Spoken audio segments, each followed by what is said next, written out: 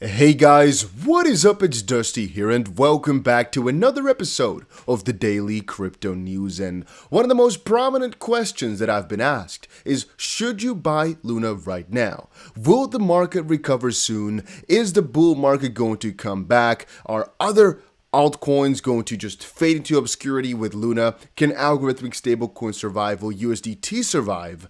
All those questions will be answered in this very short video, as I'm going to be going over quickly what is happening to UST now, what the consequences of that are going to be for for Terra, so Luna that is, and then a little bit of the FUD surrounding stablecoins, but we have so much stuff to talk about. I also have two pieces of news at the end regarding China's new stance on Bitcoin and Shiba Inu being pretty bullish from a couple of perspectives. So without further ado, the stock market right now is not in the best of positions. We're not looking too good, but it's not bad. And I know that might sound a little bit stupid. Oh, we're not doing good, not bad. But it is the truth though. We're quite in some neutral territory because even though the inflation numbers yesterday were quite positive, and I expected the stock market to recover today, it still can, but we're not yet. We're still in the negative numbers, but it could be within a couple of hours turning around rather positively. The same thing can be said for Bitcoin. Yesterday, I told you guys that we'll most likely retest this $27,000 level, and actually, we broke all the way towards 25.3 or something along those lines.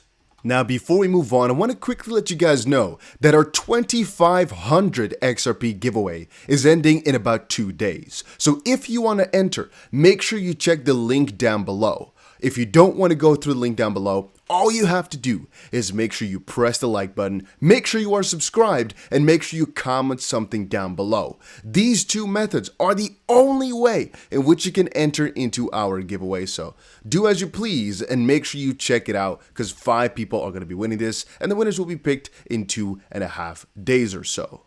So as it currently stands, Bitcoin is in a rough spot, but it's not too bad. The reason I'm saying that is because we are actually awaiting this weekly close, which of course is going to come down in about, I'm going to say 50 something hours or so.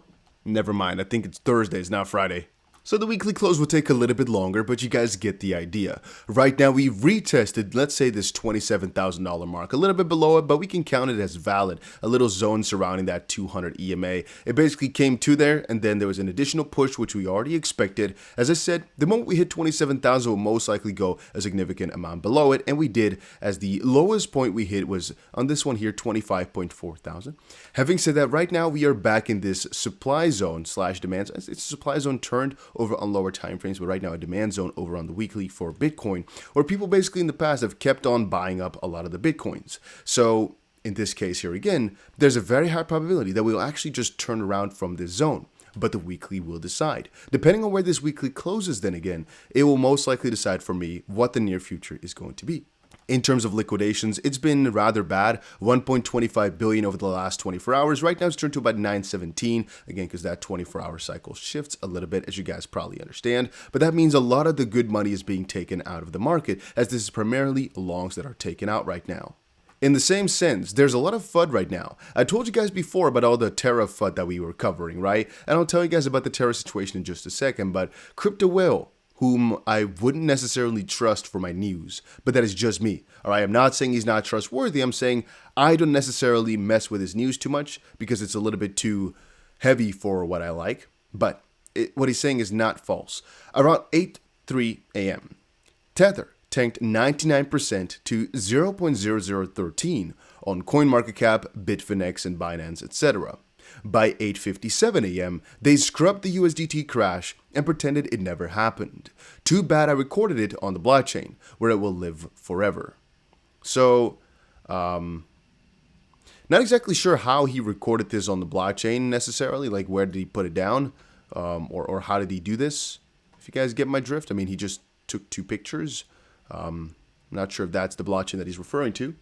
He says this flash crash of USDT by 99% days after the collapse of Luna and UST show how unstable stablecoins truly are. We've been warning against them for months and are finally being proved right. If you have stablecoins, it's best to get out while you still can.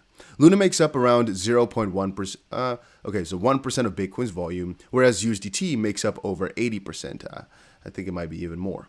The depegging and collapse of Tether will impact the markets 100 times worse than Luna and tank us far below my $10,000 targets. Good luck, everyone. Stay safe. So the reason I'm saying that this is something I wouldn't trust, even though it's not completely false, is because it could be that there was a flash crash, but there's most likely just an API issue, meaning the price didn't actually collapse. Nothing really did actually happen. It wasn't too bad. It's just a front-end issue that makes it look as if the price did so. So once more, even though you might go to the exchange and find that it actually quote-unquote happened, it might just be on the front end and nobody actually got to buy or sell it at that point, if you guys get my drift, because CoinMarketCap has had those issues for a long time.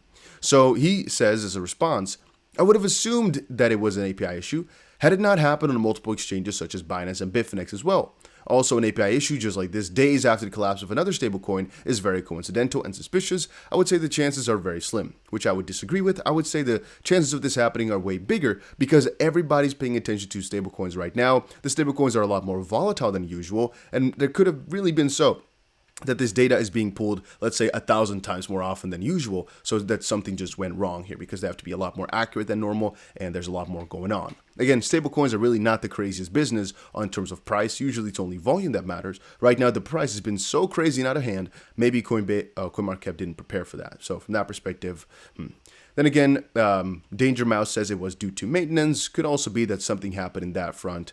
It could be. It's not something too crazy. I'm not sure how these time zones line up, though, because I'm not sure what time zone he is in. 8:03 a.m. versus 7 hours ago and all that. I just honestly do not know. However, the USDT on a lot of different places did go as low as 97 cents, though, which is still 3% down, which is really scary.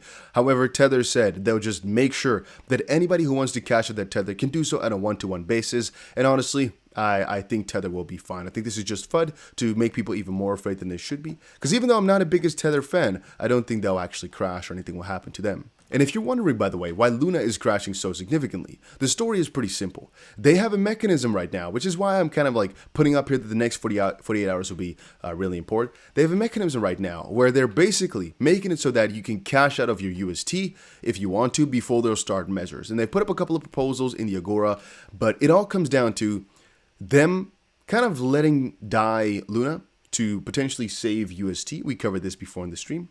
And we are actually seeing it take effect right now as the price is at a cent, 1.5 cents or so right now, which is again 99% down from the prices where it was at yesterday. And that was already 99% down from the prices where it was at about a week ago or so. So once more, the probability of Luna surviving this is not more than 50% at all. The reason I'm saying 50% even is because there's a couple of different scenarios. And do I think Luna will ever come back to its all-time high? Possibly so, because I do see a future in crypto for the longer term, right? However, is it easy to get back up there? Absolutely not. There's a very high probability that the Terra guys will actually try to dilute Luna as much as possible to save UST, because that's the main purpose, to save UST. And the more they try to save UST, the more Luna will die in the process, because it can be redeemed. And anybody can understand, if they're letting Luna die to save UST, it's most likely worth it the most for their chances of making it as a company. Then again, as long as people are uncertain about UST, Luna will suffer. It's just the mechanism that was decided. If you don't know how UST/Luna works, make sure you just read it up for yourself. But you start to understand, if people are trying to exit UST, Luna price will suffer, period. It's as simple as that. So the reason I call it 50-50 is because it could be so that within a couple of weeks, UST will actually repeg, come back to $1. And at that point, people will most likely just be locking up their Luna again, most likely just get excited again, but more importantly, Luna price will automatically just kind of come back up at that point. The only question is, will Luna survive long enough for that to happen? And again, what is surviving though, right? It's already died. It's already down 99.8%. So it's for sure died already. The question is, can it recoup? The answer is maybe. However, it's mostly maybe in the sense of that if you buy right now, there's still a chance that you're still going to get 100x, because 100x is going back to $1, right? 1000x will be... There's a lot of possibilities in that sense still. There's a lot of possibilities right now because the price has gone so low. So even if they dilute it, there's a good chance that there's still money to be made on Luna. But it's a big risk on that regard. It's a big risk. Then again, a lot of these things are so coincidental. Remember, today is a talk about these stable coins, most likely in this little situation with Congress, the 10th and the 12th, which is today, which still leads me to believe that this is all a little bit of a, how do you call it? A little bit of a conspiracy. And hopefully you guys remember why this might actually be really good for Ripple, because if the SEC is looking into Terraform Labs, people might kind of step up and say, hey, We're taking a look at everything and how it's going on, and that might give more attention to the Ripple also, which ultimately can be really bullish for the results. Then again, low conclusion, there's right now a nil idea to burn a freaking ton of UST, a lot more than normal, to hopefully rebalance the system as well. And once more, if they do rebalance it properly, it could save Luna, at least partially. To not, however, stick with that for too long, let's talk about three things which are very important. First of all, Chinese High Court rules Bitcoin has economic value and is legally protected. In actual trial practice, the People's Court has formed a unified opinion on the legal position of Bitcoin and identified it as virtual property. Bitcoin has a certain economic value, and according to the attributes of property, the rule of law of property rights is applied for protection, the ruling reads. So the stance of Bitcoin in China is actually really confusing to me. From a couple of perspectives, I would really think they're completely 100% against it. And from another, I'm thinking, no, they might have learned from their innovation issue where they banned all the mining. They might still not regret it, though. It's hard to grasp exactly what they think about the situation, as there's some conflicting views over on there. Then again, we cannot see this as bad news in any way, shape, or form. And over on my Twitter, between all the Luna crazy tweets and whatnot, there's actually one very important thing hidden in there. Breaking news, Australia's first Bitcoin spot ETF is now officially trading, and the ticker is EBTC. Just some very nice news. Not a really big mention is necessary because, well, it's probably not going to change too much for the market, but it's a very good timing, and I definitely like to see it. And then last but not least, just understand that everything in the crypto space is moving on. Even though you might see all this negative UST or Luna news, just know that the crypto space is not standing still for a second.